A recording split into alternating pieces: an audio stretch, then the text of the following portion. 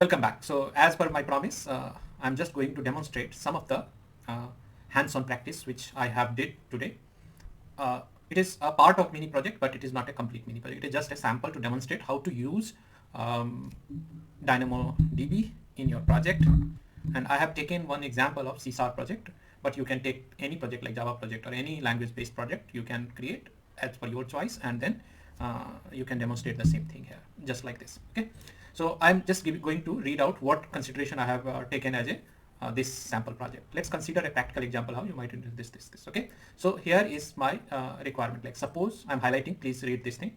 So suppose we are working on the blog platform where we store information about user and their blog post. We will want to query this data in a couple of different ways. One is retrieve all posts by a specific user, and the second is retrieve all posts within a specific date range. For now, to make it simple, I'm just giving you a specific date here as a parameter, and I'm expecting whatever the post has created on that day, regardless of user, it will be returned. And in first example, I'm just trying to fetch all the posts sub created by a specific user.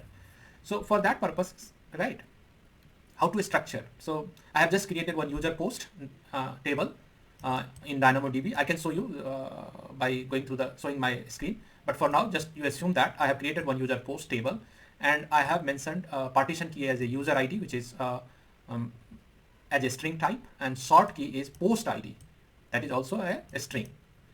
Other attributes like title, content, and date posted. These are the different standard I have followed just in the table. It's not like more significance in terms of like sample, but these are just an examples. Okay. So now we have to demonstrate two things. One thing is that you have to fetch all the posts according to the user. Now that is possible by partition key, which is user ID. Okay, so for that user ID, you can of course get all the post related to that user ID. But how do you get the post related to a specific date? So to achieve that thing, you need some secondary index, right? And so for that purpose, I have created global secondary index named as date index, and this date index will help me to fetch the all posts related to that date. Okay, these are some consideration. If you can read, like global secondary index with date index, post can be queried by date regardless of the user, right? GSI are perfect. Why it is perfect for us? Because even if I want to fetch from accumulate all the result from different partition, global GSI, global secondary index, is the best way to do these kind of clubbing of data from different partition. Okay, so that is what I have written here. So let's move to the I can show you, this is my table right now. I can show you the table. So while creating the table also, you just create one table. This is the create table. You click it, and then just like I have created user post table. Okay, and I have created one global stable index, which I already told you. This is date index, right? And I think from monitor you can see that there are some logs which can show you that I have done some read and write operation just now. Okay, so you can see that here the bars which is showing that I have just created, just run my sample to insert and retrieve, write and read data from the table. Now let me move to now the sample here.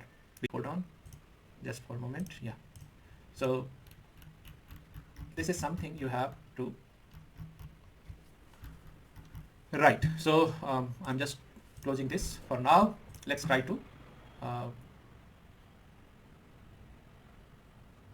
okay, so let me start from two. So I have created just first you do here like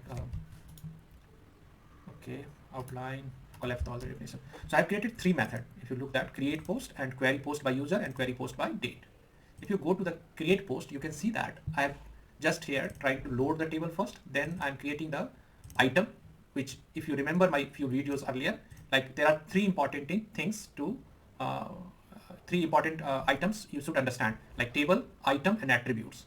So you have a table, you have an item, and these are the attributes. These are user ID, post ID, title, content, and date post. These are the attributes. Okay, and then this put item async. This is the put item is basically write the item into the table. So this will add this particular item into this table, right? So that you have done. Then another method I have created, query post by user. Okay, so this is query post by user. Now in this table, what we are doing, we are passing some user ID, whatever user ID we are expecting, we are just passing that, and this call will help me to get all the query for this user ID.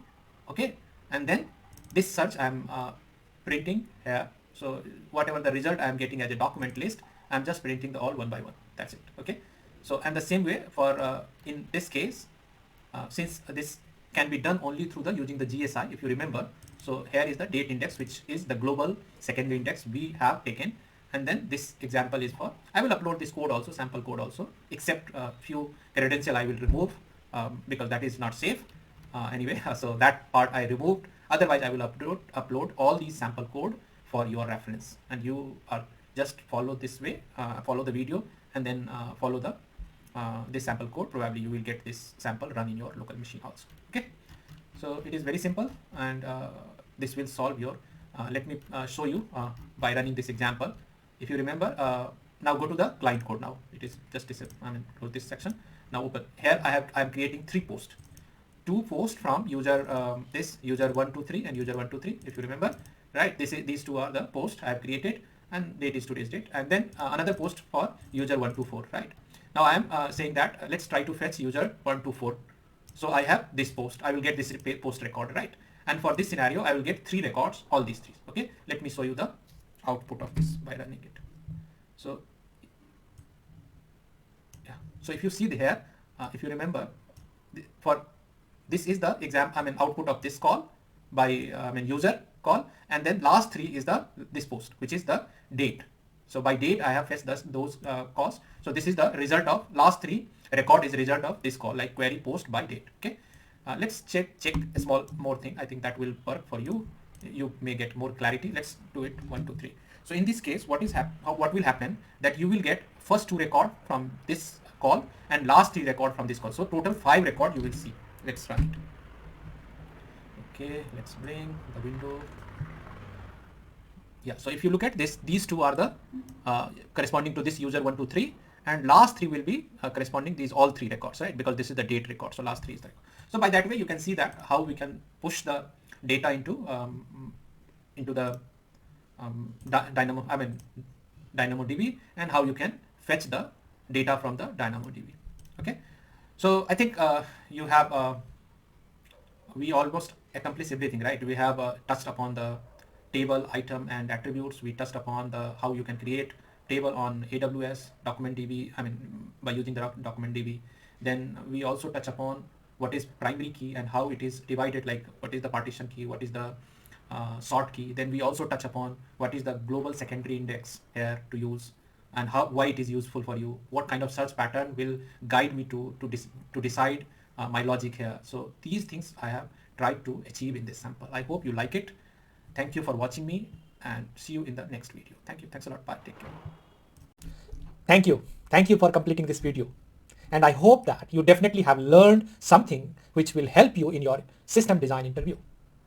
Hope to see you in next video with new concept and skills needed for the system design interview.